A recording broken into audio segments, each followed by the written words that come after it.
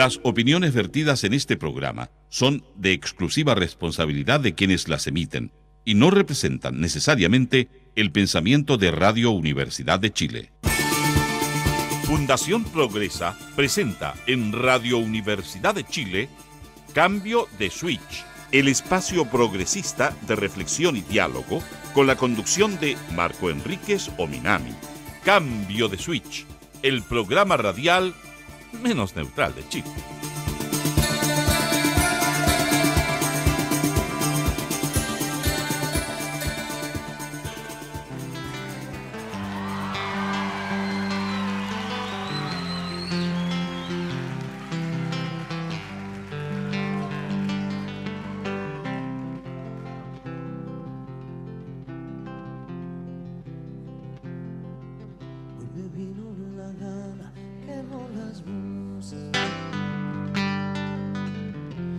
Tengo pretextos, mi disculpa, para cantarte a ti, para escribirte un verso y descolgarte desde aquí. De la mañana está por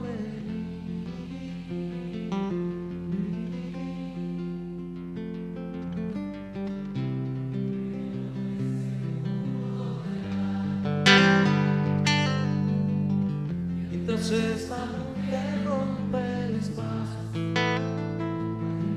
hacia el fin, para mirarla toda en el silencio y repetir con sus manos como ese gran para existir. Es que no importa que digan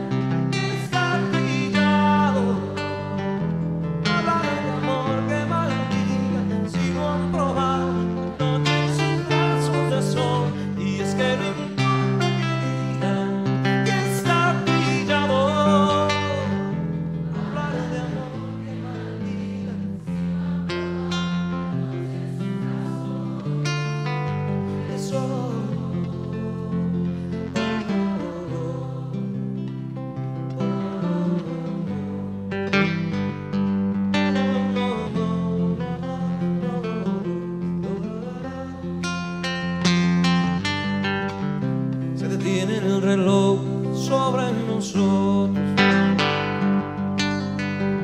a las 10 que resbalan por sus hombros, se cuela la luz que se enreda en tu pelo, pero la liberas tú.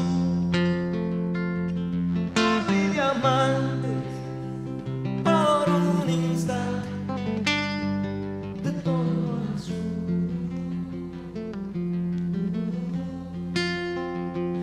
Es que no importa que digan que está pillado,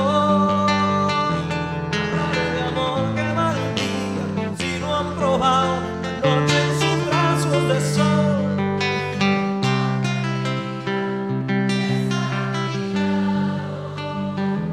hablar de amor que maldiga si no han probado la noche en sus brazos de sol.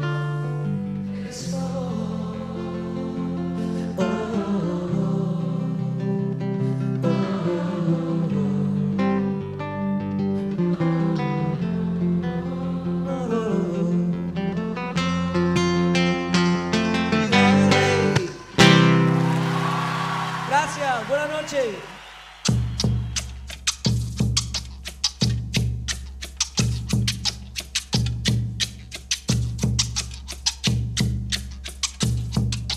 Llegó volando el cuervo sobre mi suelo para sembrar las ruinas y el desconsuelo. Durante largos siglos los yanaconas le entregaron las llaves de la corona. Durante largos siglos fue ensangrentando el suelo de los pueblos que iba violando. perforando las tierras de la labranza, para escarbar el oro de la templanza. Se limpió las dos manos con mi bandera, y no faltó en mi patria quien aplaudiera, porque hay desventurados que por migajas besan la bota sucia que los ultraja.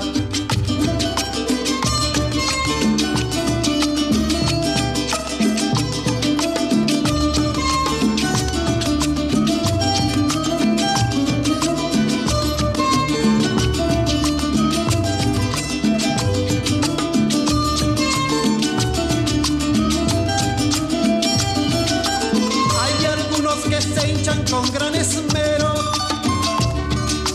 sirviendo la codicia del extranjero, y otros que se solazan por mil dinares, entregando su pueblo a los militares. Un paredón exijo con cal y canto, para que el pueblo juzgue de tanto en tanto, mientras llega la aurora tarde o temprano, justiciando el dolor indoamericano. Llegó otra vez volando el cuervo insaciable, trayéndonos su sombra interminable. Pero no está lejano el día inclemente en que nos levantemos contra los sables, para anunciar la aurora del continente.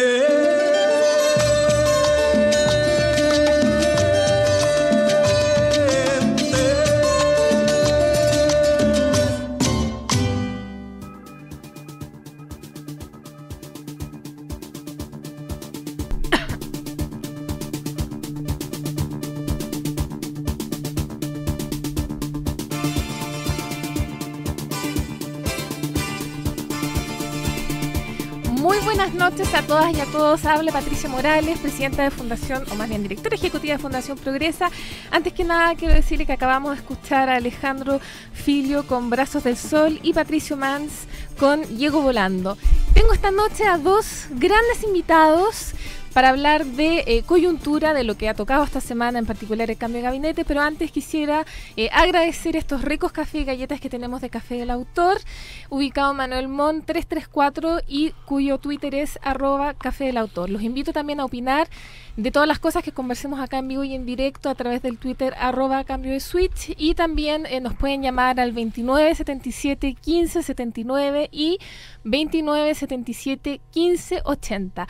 Parto presentando a nuestros invitados. Tenemos por una parte a Gonzalo Marner, economista, profesor de la Universidad de Santiago, y a Andrés Solimano, también economista, presidente de CIGLOB, que es el Centro Internacional para la Globalización y el Desarrollo. Muchas gracias primero que nada a los dos por estar acá, porque la idea justamente de esta semana era conversar no solo del cambio de gabinete, sino de lo que ha sido una de las grandes temáticas en Chile en este último año, que es justamente el crecimiento económico, que ha gatillado grandes niveles de incertidumbre. Lo hemos muchas veces discutido en otros foros, y también entonces la salida en su minuto del ex ministro a esta altura de Hacienda, Alberto Arena, y de la supuesta buena recepción de los mercados, que siempre es una palabra un poquito vaga a mi juicio, de la nominación del nuevo ministro. Primero, Gonzalo, quisiera preguntarte cómo ves tú, ya con unos días de distancia, lo que fue el desenlace final.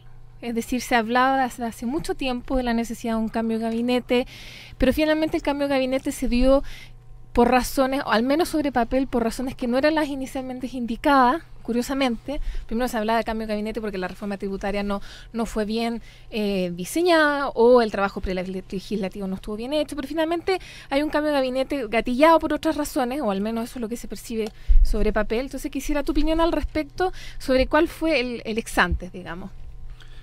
En primer lugar, Patricia, muchísimas gracias por la invitación, el honor de estar una vez más en la radio de la Universidad de Chile y con este programa que tú diriges. Yo tengo la percepción de que Es un cambio de gabinete bastante particular. Si por alguna razón hubiera tenido lugar, digamos así, el 15 de enero, probablemente no hubieran salido los ministros que salieron.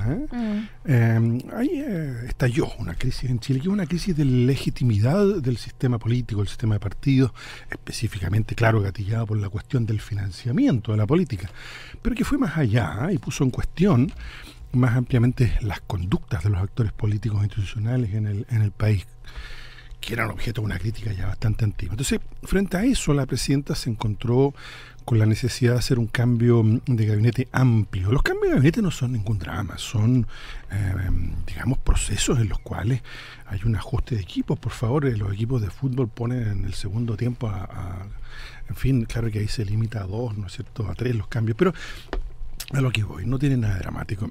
También me parece interesante que se haya desacralizado esta cuestión de que los ministros de Hacienda no se cambian, son una especie de sumos sacerdotes que Cierto. no son objeto, ¿no es cierto?, de ninguna crítica pública y por tanto de reemplazo, si es del caso.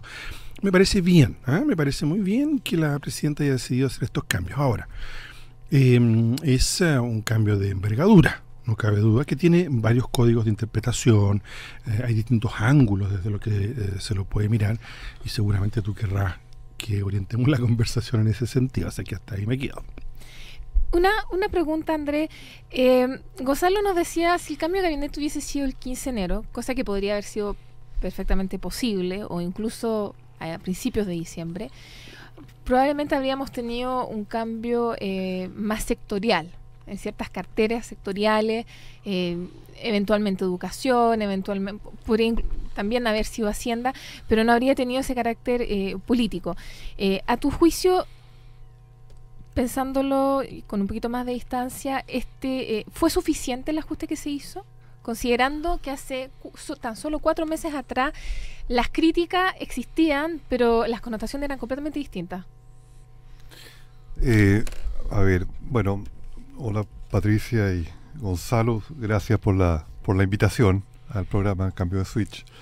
A ver, bueno, es difícil quizás responder la pregunta compleja. No sé, yo creo que aparte del tema de los nombres y un poco el anecdotario del cambio de gabinete, tal vez una pregunta central, si esto va a representar un cambio de estrategia del gobierno, tanto estrategia política como estrategia económica quizás, y de la reforma, digamos, si significa un viraje para quizás detener, moderar, suavizar, tramitar la reforma, o si es un cambio para acelerar esa reforma con alguna ingeniería subyacente.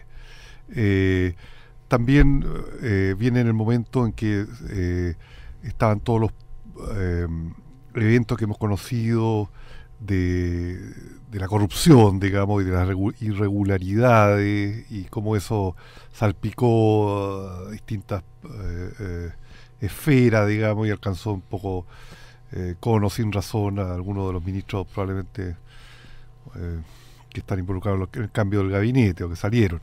Entonces también está ese tema, pero yo creo que lo más importante es quizás analizar, conversarlo tal vez hoy ahora, es si este cambio de gabinete va a acelerar, desacelerar la reforma, cómo las va a afectar y cómo afecta lo que decía Gonzalo, que muy justamente yo creo, el tema de la crisis de legitimidad. Yo también prefiero ese tema que más un término de crisis de confianza o credibilidad. De crisis de legitimidad es más profundo. Entonces podríamos decir que finalmente hay dos niveles. Uno tiene que ver con lo que ustedes llaman la crisis de legitimidad a nivel político y otro con los grados de incertidumbre que se resienten muchos del sector privado y el empresariado, debido a que finalmente la reforma tributaria, que era la principal reforma que tenía que hacer la cartera de Hacienda, la hizo, pero sabemos que en Hacienda en Chile tiene un rol casi de semidios respecto a las otras carteras. En ese sentido, Gonzalo, ¿cuál debiese ser la principal tarea del nuevo ministro de Hacienda, Valdés, considerando que la tarea de reforma tributaria ya se hizo, pero que ya sabemos no es suficiente la recaudación que se plantea en esa reforma para financiar el propio programa de Michelle Bachelet, y considerando los enormes niveles de incertidumbre que tiene tiene Chile y también los déficits en innovación e investigación para que tengamos una economía más competitiva? Una primera pequeña reflexión sobre el tema de la incertidumbre. Yo soy de los que cree que en Chile básicamente no hay incertidumbre. Este es un país lleno de certeza. Buenas, malas o más o menos, es otra historia, digamos, pero hay un pavor al cambio impresionante. Los chilenos se manifiestan partidarios de las reformas, pero cuando se hace, mire, mejor que no, hágala despacito, en fin. Yo creo que más bien al revés, estamos en una conducta política muy conservadora y también la opinión pública, porque los efectos políticos de algún modo tienen un origen en los estados de opinión, ¿verdad? Entonces yo no creo que haya ninguna incertidumbre en Chile de ninguna especie. A los empresarios les encanta señalar que cualquier movimiento en la legislación, cualquier impacto que a ellos los afecte, incertidumbre. Incertidumbre es la variación del tipo de cambio. Eso sí que es una cuestión complicada para un empresario. Es interesante lo que tú planteas, costo, pero podríamos llamar incertidumbre, estoy de acuerdo, es un buen argumento el que tú planteas, pero podríamos llamar incertidumbre entonces quizás una cierta incapacidad, punto de interrogación técnica o comunicacional para ser capaz de plantear a la vez una reforma tributaria y un plan de reactivación económica o de innovación, en fin, mirando al futuro, a eso en ese sentido, considerando también que son las propias empresas tampoco es que inviertan tanto. A ver, mira, yo creo que en este sentido hay un doble desafío si es que conversamos, ¿verdad?, de economía propiamente. En primer lugar, cuando uno observa las cifras del primer trimestre, es bien preocupante lo que está pasando, ¿eh? Yo miro siempre las cifras desestacionalizadas del IMASEC. Y fíjate que si uno toma el primer trimestre, hay un 0,1% de actividad menos que al terminar el año 2014. Si eso se repitiera en el próximo trimestre, estaríamos en recesión. Expliquémosle a la gente lo que es recesión para que no escuche. ¿Cómo no? Recesión es cuando la economía cae durante 2 trimestres seguidos. Hay una discusión técnica mucho más amplia, pero para simplificar, ¿no es cierto?, se puede hablar de recesión en ese sentido. Yo diría que hoy día en Chile estamos en medio de una situación de estancamiento económico. Ese estancamiento económico se origina en ciertas condiciones externas adversas, pero que ya se vienen prolongando un tiempo esta parte, y sobre todo una fuertísima caída de la demanda interna. Sabemos, fuertísima caída de la inversión, de nuevo cayó 6% el año pasado. Pero también, no una caída, pero una práctica de detención del crecimiento del consumo, que es la variable macroeconómica más importante en Chile, cosa que no se recalca lo suficiente. Si eso es así, entonces la tarea de la autoridad económica es reactivar la inversión y el consumo. Esto significa que tiene que haber un plan, en mi opinión, que articule la política monetaria y la fiscal, haciendo nuevas bajas en la tasa de referencia del Banco Central, hoy ya está en 3%, hay un margen entonces para disminuirla, y al mismo tiempo para un nuevo impulso fiscal. Se aumentó en 1% el gasto público a propósito de, digamos, los recursos que vienen del fondo de las Fuerzas Armadas que van a alimentar, ¿no es cierto?, los recursos para la reconstrucción. 500 millones de dólares es un 1% del gasto público, se requiere algo más. El déficit fiscal este año va a estar en 2% del PIB, probablemente si vamos a 3 o 4 estaríamos en condiciones perfectamente de financiarlo sin ningún desequilibrio mayor y estimular la economía. Hay que estimular la economía, eso es un punto. Pero además a este país lo que le falta, y en ese sentido, Pati, podemos caminar y mascar chicle, ¿verdad? Le falta una discusión sobre su estrategia de desarrollo, la creación de certezas de más largo plazo al proceso inversor. Lo que tenemos es una cartera de inversión en el largo plazo que tiene 2 sectores principales, que son la minería, y entonces hay una discusión sobre el futuro de la minería, y al mismo tiempo un conjunto de inversiones previstas en el sector de la energía, sin que haya una definición clara sobre cuáles van a ser las prioridades del país. El cambio de energías renovables no convencionales ha sido impresionante, rapidísimo, lo que demuestra que con pocas señales que precisamente establezcan certezas, el proceso de inversión se desencadena. Yo soy de los que cree, yo soy un economista keynesiano y creo profundamente en la capacidad del sector público de orientar y discutir con el sector privado los grandes procesos de inversión. Y en ese sentido creo que hay una doble tarea para el nuevo ministro de Hacienda. Plan de reactivación de corto plazo, discusión sobre estrategia de desarrollo a largo plazo, las dos cosas se implican. Y vínculo. Justamente a propósito de eso, Andrés, ¿qué te parece el estilo, bueno, hemos visto en la prensa los pergaminos, el currículum del nuevo ministro, pero el enfoque que él le podría dar a su gestión en el ministerio? A ver, sí, Rodrigo Valdés es un economista con ninguna duda, buena formación económica, tiene un doctorado de Economía, de MIT, qué sé yo, trabajó en el Banco Central, en el Ministerio de Hacienda de Chile, en el Fondo Monetario Internacional con Isaguirre, y era presidente del Banco del Estado antes de ser nominado. Entre medio creo que estuvo en el sector privado algo de tiempo. Sí, a ver,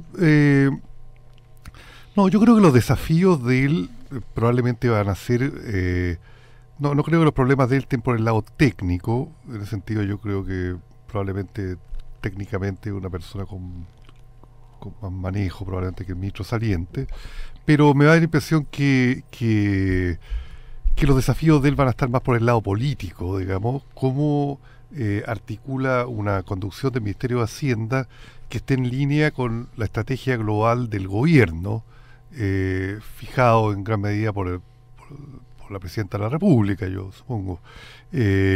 Entonces, ¿cuánto acomoda él de las reformas, digamos? ¿Cuál va a ser su posición respecto a la reforma laboral, un tema inmediato, sobre la reforma de las pensiones, y otras reformas pendientes, y bueno, el marco general también del llamado proceso constituyente?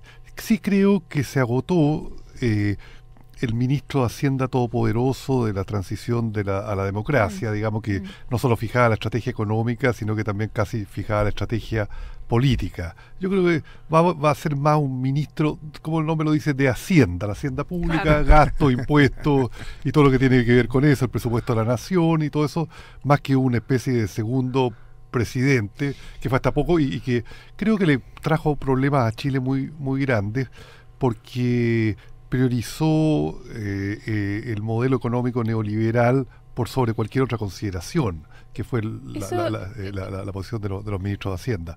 Creo que si bien el ministro actual no es un antineoliberal ni mucho menos, creo que sí va a entrar en un campo menos con menos fuerza, porque la dinámica va en otra dirección.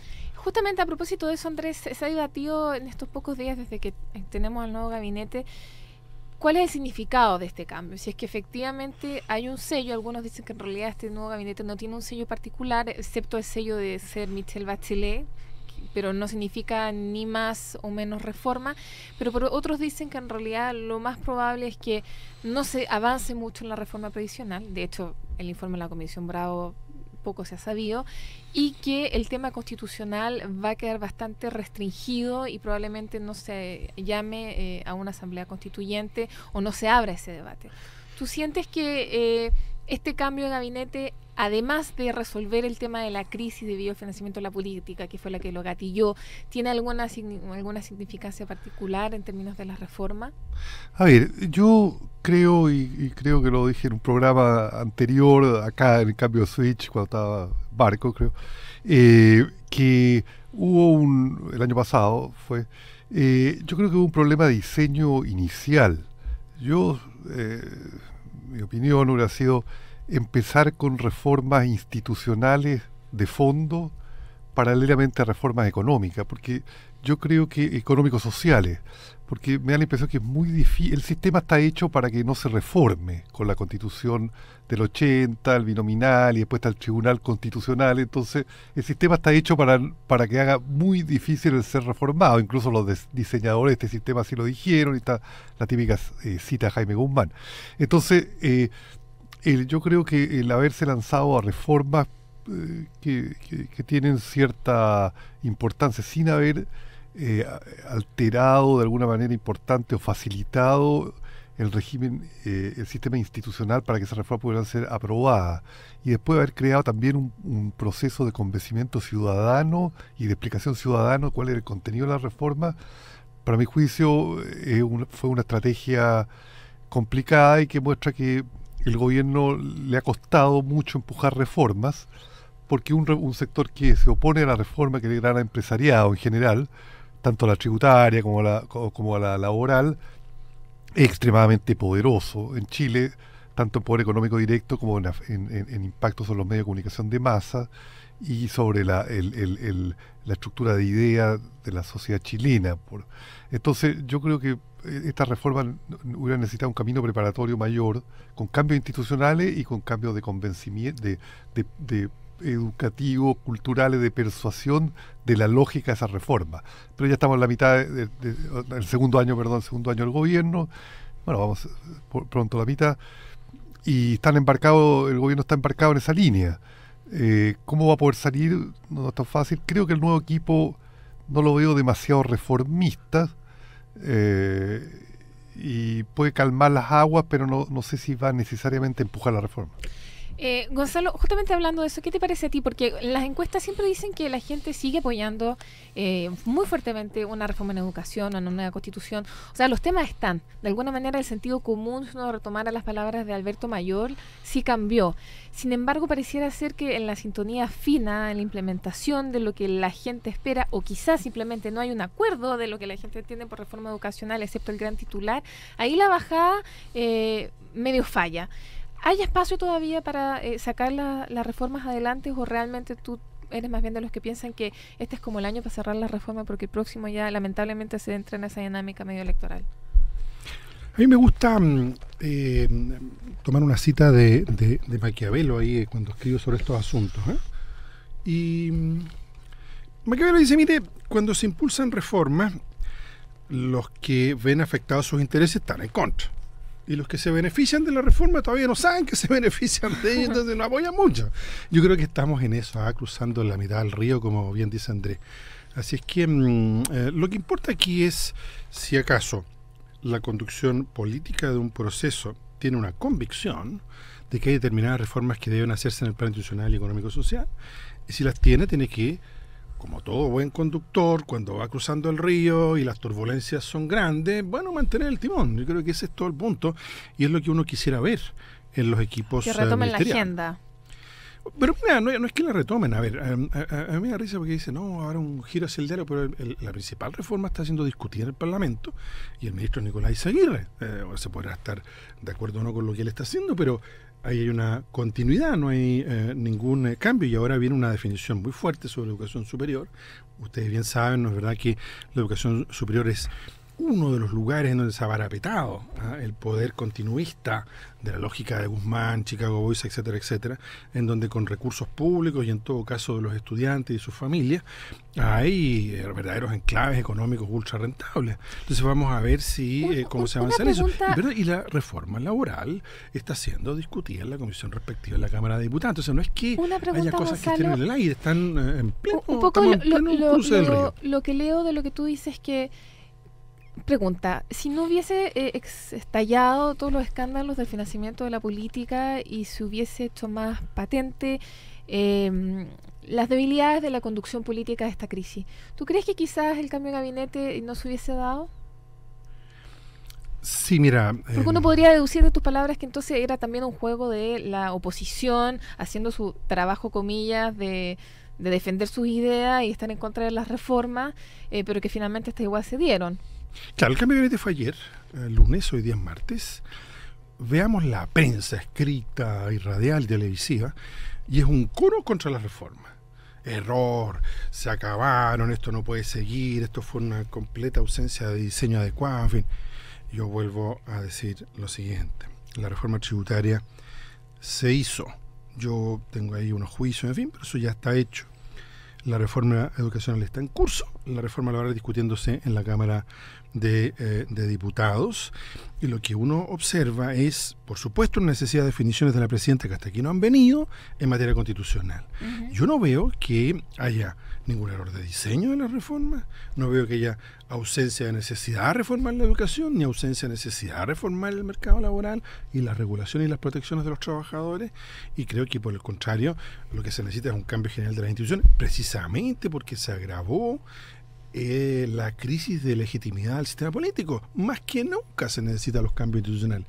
De manera entonces que aquí va a estar en juego, yo vuelvo a repetir, cuando se está en la mitad del río, se está cruzando el río con turbulencia, lo peor es tratar de volver atrás a la orilla de inicio. Hay que seguir caminando, hay que seguir bregando para cruzar el río. Yo creo que la presidenta está en ese proceso, y a mí me impresiona mucho cómo mucha gente no se había atrevido el último tiempo a negar que hay que hacer reformas laborales o reformas a la educación, y hoy día volvieron por su fuero, porque cuando el ministro Burgos dice, yo creo que se equivocan con él, cuando el ministro Burgos dice yo voy a ser dialogante, entonces Burgos ahora se va a olvidar de la reforma. Es que no se puede, claro. Es que no se puede, porque si no la gente se va a ahogar si es que no hace las reformas en las que está embarcado. Entonces vamos a la pausa y retomamos la discusión luego. Vamos a ir con una canción que se llama Bomba Chaya de Jepe, y los invito a ir a Café del Autor en Manuel Montt 334. Encontré algo que pudiera calmar mi mal después de tanta confusión. Viene Bomba Chaya con su canción y letra Tinkusaya. Personas que invité se quedaron aquí sintiendo que todo estaba mejor. No dejaremos pasar ya ningún año más sin bailar y vivir en Bomba Chaya. Traigo lo que gané en la lucha, lo que perdí lo dejé atrás. Traigo lo que gané en la lucha, lo que perdí lo dejé atrás.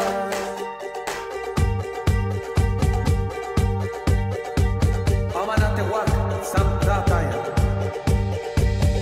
Hace tiempo que encontré un ritmo que bailé como si no hubiera ya nada más. Una trompeta magistral, un arpa sideral que toca la canción Bomba Chaya. Bombo y caja digital, el cuerpo natural que se mueve llegando más allá. No es secreto la verdad, quien quiera encontrar, aquí está sonando Bomba Chaya. Traigo lo que gané en la lucha, lo que perdí lo dejé atrás.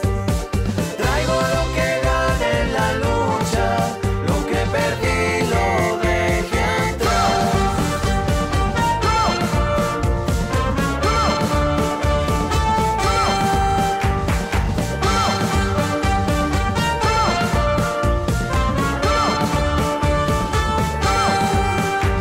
Desde hace tiempo que busqué y nunca encontré algo que pudiera calmar mi mal. Después de tanta confusión, viene Bomba Chaya con su canción y letra Tinkusaya.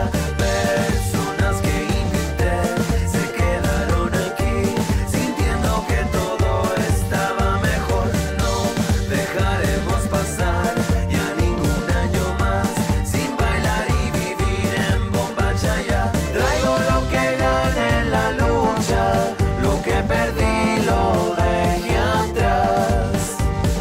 Traigo lo que gané en la lucha, lo que perdí lo dejé atrás. Traigo lo que gané en la lucha, lo que perdí lo dejé atrás. Traigo lo que gané en la lucha, lo que perdí lo dejé atrás. Gracias al gentil auspicio de la Facultad de Odontología de la Universidad de Chile, el Zócalo Nacional abre las puertas de Sala Máster para recibir la voz privilegiada del mítico grupo Fulano. Paquita Rivera llega para presentarnos su propuesta solista Achachairú, junto a un connotado grupo de músicos. La cita es para este jueves 14 de mayo a partir de las 20:30 horas acá en Sala Máster. Adhesiones 4.000 pesos preventa vía transferencia electrónica solicitando datos a zocaloproducciones@gmail.com y 5.000 pesos el día del concierto. Te esperamos, ven a vivir la magia de la radio en vivo.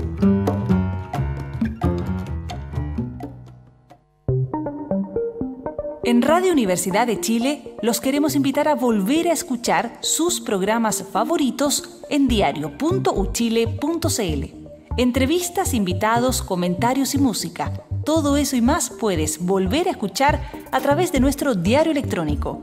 Diario.uchile.cl es nuestra plataforma en Internet.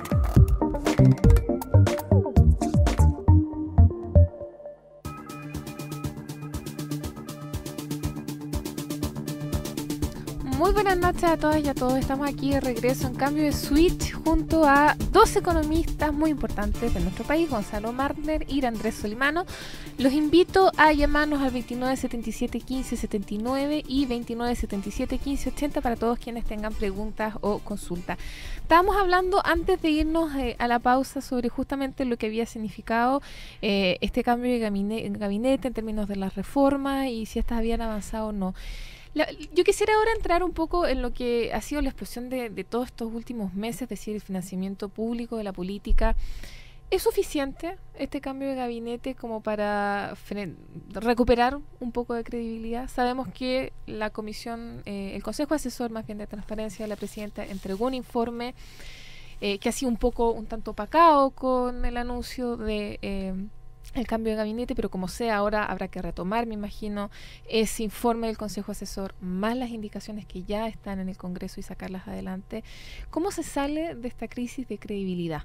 Yo tengo una teoría, yo soy un poquito más pesimista, yo creo que estamos como en una fragilidad institucional, porque creo que no basta con la legitimidad legal jurídica, sino que se requiere una legitimidad social que deriva de un pacto social, y ese pacto social es el que está fragilizado, y en ese sentido adhiero un poco a lo que dice Andrés, en el sentido de que quizás la reforma constitucional era la más importante de todas las reformas porque era la que permitía primero establecer esta idea de en qué casa vivimos, cuál es el pacto social, qué es lo que nos une entre chilenos, cuál es la identidad común y cuál es el rol que le asignamos al Estado. Y en base a eso derivan otras soluciones sobre, entonces, ¿tenemos o no un sistema previsional que sea cotización individual o donde hay solidaridad intergeneracional? Entonces la pregunta, volviendo a la pregunta, Gonzalo, es si finalmente tú crees que se empieza a salir de la crisis de deslegitimidad, credibilidad o crisis política, punto. ¿Este es el camino para, o cómo salimos de acá y si vamos a pasar todo el año o más en esta falta de credibilidad total? Claro, yo creo que hay una crisis de legitimidad, pero no hay una crisis política en Chile. No se están cayendo las instituciones, no está la gente en las calles haciendo barricadas. Entonces es una especie de descontento sordo generalizado. Entonces la sapiencia de las dirigencias políticas, a mí me carga esta expresión de clase política que viene Gaetano Mosca, un protofascista, ¿no es cierto? Y esto de la élite también. Las dirigencias políticas tienen una responsabilidad particular, que es la de encaminar esta situación de crisis de legitimidad para que no se transforme en una crisis política de consecuencias imprevisibles. Y en este aspecto, la derecha debería ser un poquito más lúcida.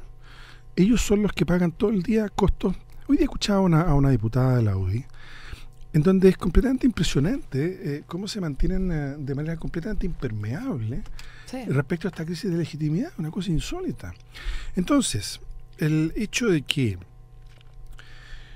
yo personalmente creo que va a volver a haber confianza en los representantes el día que el representante que haga trampa sea destituido de inmediato, porque hay unas nuevas legislaciones que así lo establezcan, y se establezca una elección complementaria porque alguien hizo trampa.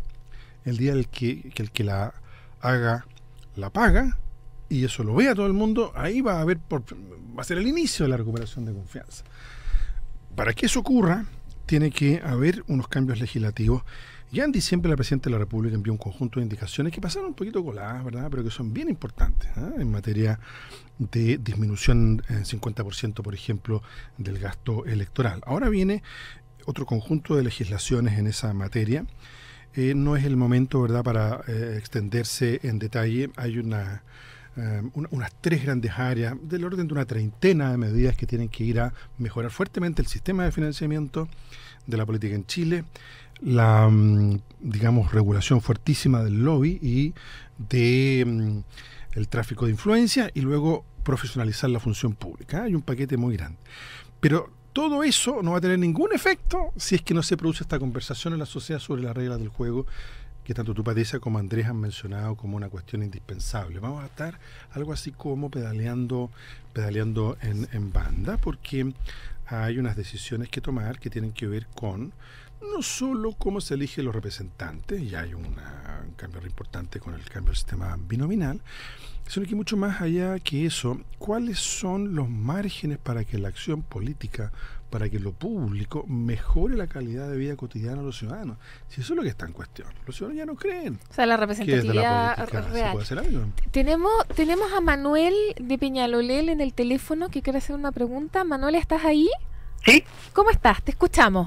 sí, buenas noches. ¿Qué tal? Saludo a Gonzalo Magner, que a veces lo escucho en la USACH cuando tengo tiempo, que me parece muy bien, ha acertado sus comentarios, sus opiniones. Mira, ahora respecto a las encuestas y a la reforma, muchas veces las encuestas dicen que reflejan lo que está pasando en el momento. Sí puede ser, pero respecto a las encuestas y a la reforma muchas veces se dice que la derecha no está de acuerdo con la reforma, y se dice que un gran sector de la ciudadanía también no está de acuerdo con la reforma. Yo soy uno de los que no está de acuerdo con la reforma, pero no como la derecha. Yo estoy en desacuerdo con la reforma porque no se ha hecho todo lo que se prometió. ¿Ya? Yo espero que se prometa, se cumpla con todo lo que se prometió. Por eso estoy en desacuerdo. Pero el camino por donde van, pienso que está incorrecto, pero necesitamos más reforma y un cambio a la Constitución. Ojalá una asamblea constituyente. Eso. Muchas gracias, Manuel. Repito el teléfono por si alguien nos quiere hacer pregunta, 29 77 15 79. André, Manuel está planteando algo que es clave y que lo discutimos mucho en la campaña presidencial. Por ejemplo, el tema de la gratuidad en educación. Nosotros calculamos que la reforma tributaria que se está planteando Michelle Bachelet es insuficiente para garantizar gratuidad y lo estamos viendo hoy en día. ¿Qué pasa? A ver, sí, yo diría que... A ver, yo creo, estoy en acuerdo con lo que decía Gonzalo anteriormente, que el camino a la reforma es difícil detenerlo, pero yo creo que hay insuficiencia de diseño bastante serio en las reformas que se están impulsando. En educación, bueno, primero, como lo decía Patricia, es bien improbable que con 3% del Producto Interno Bruto, que fue la meta que se puso la reforma tributaria, se pueda mejorar la educación, subir las pensiones, mejorar el transporte público, mejorar la salud, etcétera. Entonces, yo creo que se han quedado cortos en el diseño del monto de recursos global. En la reforma educacional, yo creo que uno de los problemas obvios fue no haber empezado con mejorando la educación pública, con cosas que eran importantes, que desde que los colegios no tengan los vidrios rotos, de que haya calefacción en la escuela, de cosas básicas, digamos, hasta ya una definición, pero creo que viene ahora con las universidades del Estado. Creo sí que lo de el gobierno tiene que pensarlo bien, y Saguirre también, si la gratuidad la va a hacer extensiva a universidades privadas, porque el problema que yo le veo es que las universidades privadas entregan títulos que son de una calidad bastante cuestionable en varias de ellas, y han endeudado mucho a los estudiantes, ¿no es cierto? Los estudiantes pueden salir con 15, 20 millones de pesos, y muchas universidades privadas sacan títulos de ingenieros comerciales que no pueden obtener un ingreso mayor de 500 mil pesos saliendo. No sé cómo lo van a poder pagar los estudiantes eso. Entonces, y lo otro, que hay una evidencia completa de que la ley de que no hay lucro no se cumple. Entonces yo creo ahí que el Ministerio de Educación tendría que ponerse más claro, digamos, si gratuidad va a extender a la educación privada, ¿no es cierto? Yo veo ahí un problema serio. Tenemos a Antonio de la Reina que nos llamó, pero antes quisiera agregar una cosa a lo que tú decías, Andrés, y esa es quizás una de las mayores críticas que hemos hecho desde Fundación Progresa, y es que la primera discusión sobre educación era cuál era el rol del Estado, si es que financiar particulares subvencionados o solo liceos fiscales, porque entonces también nos ponemos a financiar las escuelas privadas, y es que vamos a financiar universidades privadas, sobre todo considerando que muchas universidades privadas no tienen los 3 ciclos de formación, investigación y extensión, y eso es sumamente complicado a la hora de plantear un diseño de educación superior. Sí, no, brevemente sobre eso para terminar. Yo diría, la universidad privada, el gobierno debiera exigirle, bueno, primero hacer cumplir la ley de que son organizaciones privadas sin fines de lucro y no universidades que lucran. Hoy día el gobierno entrega plata, el Estado chileno entrega ingentes cantidades de recursos, y mucho de eso yo creo que van a los bolsillos de los dueños. Segundo, los títulos no son títulos con un gran valor de mercado, lamentablemente. Quizás en algunas puede ser mejor, pero en otras, yo lo que he visto, terceros no tienen mecanismo de gobernabilidad interna, digamos, en el sentido que muchas veces no hay asociaciones de profesores, las organizaciones estudiantiles dentro de la privada están muy fuertemente restringidas, y el gobierno del Estado yo veo que está muy débil y no pide nada a cambio.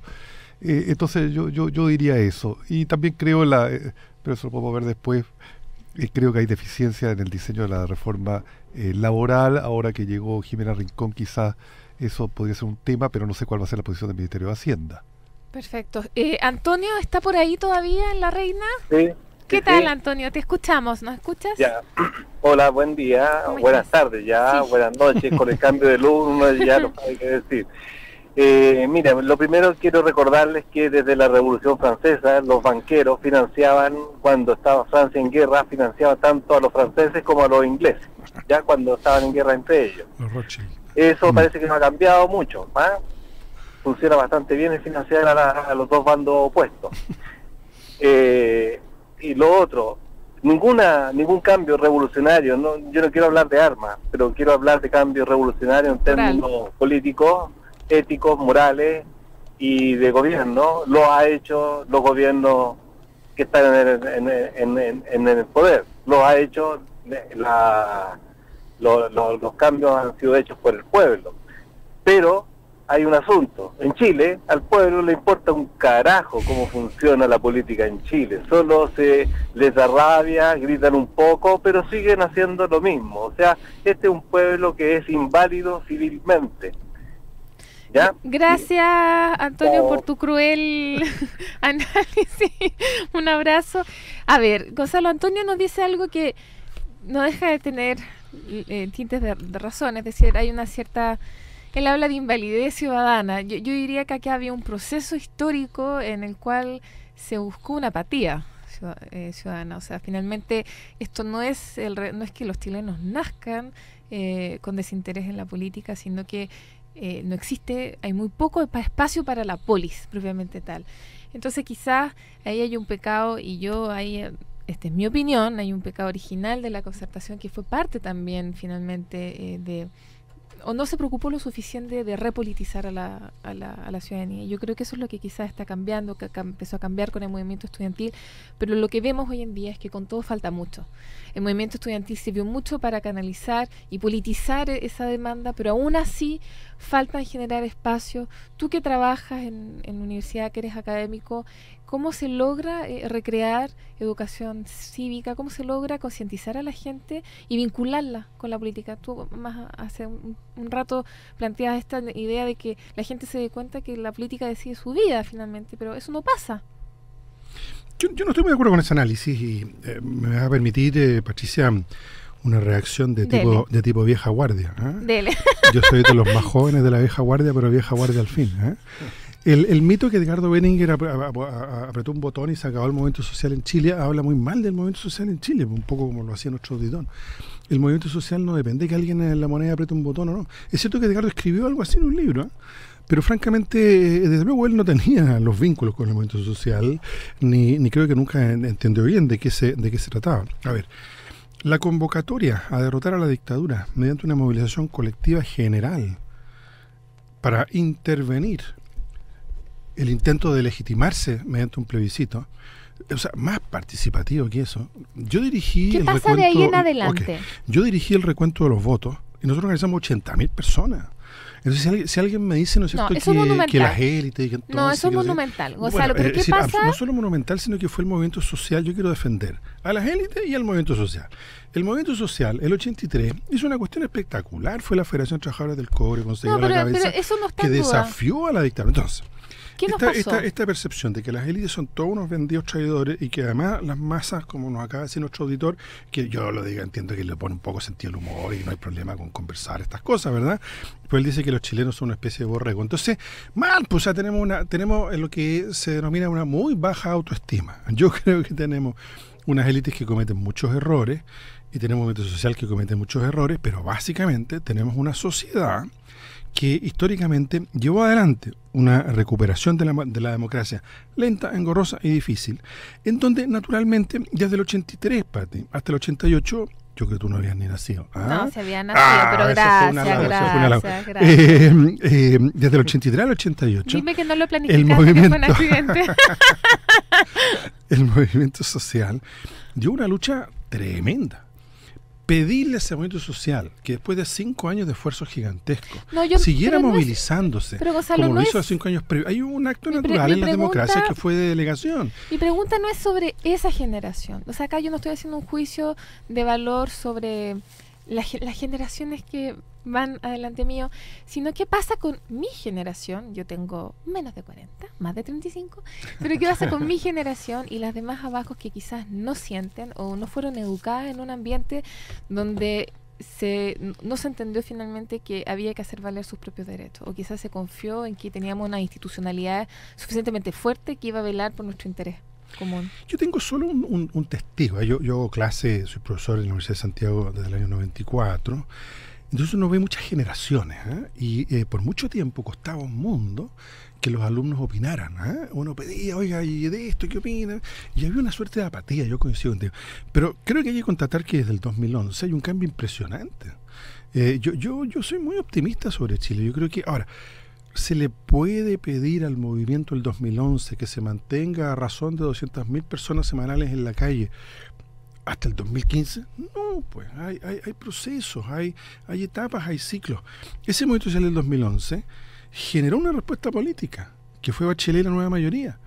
A algunos les podrá gustar, a otros no les podrá gustar. ¿Tú sientes que esa fue la respuesta política? Absolutamente, pero por supuesto, y Bachelet vuelve a Chile con el discurso sobre la desigualdad y la conformación de un arco de fuerza que, entre otras cosas, llevó al Parlamento a los líderes. Que ahí yo tengo una discrepancia. A ver, Jackson y Camila Vallejo están en el Parlamento. O sea, a ver, lo que hubo fue pero una eso fue canalización. estratégico. O sea, lo que hizo Bachelet fue la gratuidad. Yo sé que tú no estás de acuerdo conmigo, pero la canalización hacia el sistema político de las demandas del 2011, una tremenda y fantástica movilización social que a todos nos alegró el alma, yo creo, o a muchos, a mí por lo menos, hablo por mí.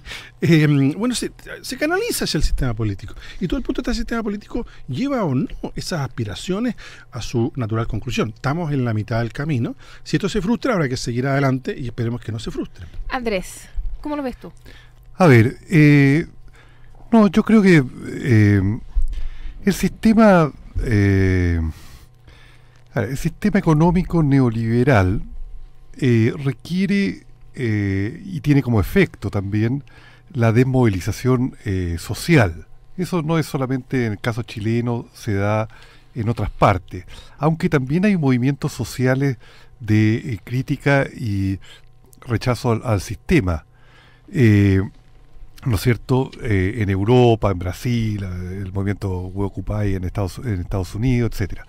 Ahora, el caso chileno, yo creo que si bien hay un resurgimiento, o ha habido un resurgimiento de la movilización social, no sé si la clase política, por decirlo, o la élite política, o el establishment, no ha tratado de canalizarlo y está asustado de que esto crezca mucho, ¿no es cierto? Entonces, por eso ha costado mucho, por ejemplo, llamar a una asamblea constituyente. Por eso en Chile casi no hay mecanismo de democracia directa, referéndum, plebiscito. En los últimos 25 años no ha habido ningún referéndum ni plebiscito sobre temas fundamentales en Chile. Ha habido referéndum en algunas municipalidades, en algunas comunas. Recién al Parlamento entran ahora, como decía Gonzalo, una especie de camada nueva de gente de una generación que no estaba para el golpe de Estado 73 y la transición a la democracia.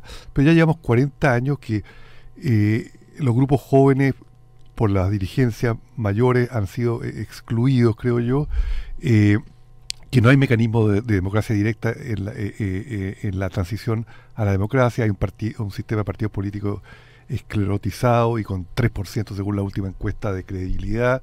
No, yo creo que hay un problema enorme en la estructura, en la forma que se ha tratado de parar el movimiento social. Yo creo que este gobierno es un primer intento de hacer una reforma. Yo creo que las reformas tienen problemas de diseño serios, pero está generando una cierta dinámica. Se puso al final algo que yo creo que debería ser al principio, el cambio constitucional. Pero de todas maneras no hay una participación social en el diseño, evaluación y apoyo a la reforma. Todavía sigue siendo una política superestructura. Entonces, tal vez no soy un poco más escéptico, digamos, del actor social, cuánto se le invita a la mesa y cuánto se le deja un poco de lado. Yo creo que ese es un déficit y yo creo que se va a requerir un cambio generacional, un cambio de enfoque y también que el movimiento social presione y arrincone a la élite política para ceder poder y para que hagan los cambios que puedan estas nuevas generaciones tener un asiento en la mesa. Muchas gracias, Andrés. Y sí, yo quiero agregar que nosotros como Fundación fuimos, de hecho, presentando nuestra propuesta en varias comisiones. Una de ellas, la Comisión Bravo. Y uno ve que esas comisiones, en este caso que iba a reformular o presentar propuestas para la reforma del sistema previsional, no son vinculantes. Entonces, eso también limita mucho el efecto de la participación ciudadana. Pero ¿cómo van a hacer? Pues, a ver. Pero es que la sensación... Es que me queda un minuto. Para eso está el Parlamento. Si el Parlamento debe estar los ciudadanos representados, no la comisión que pero cuando está con sistema binominal, ahí tenemos un problema mayor. Eso es lo que hay que cambiar. Pero claro, yo creo que hay problema de crisis de la democracia representativa. Me van a matar aquí. Así que 8 horas más necesitamos, 8 horas más. Me tengo que necesitamos otro programa. Quiero agradecer a Radio Universidad de Chile y también a Café del Autor, ubicado en Manuel Montt 334, cuyo Twitter es @Café del Autor.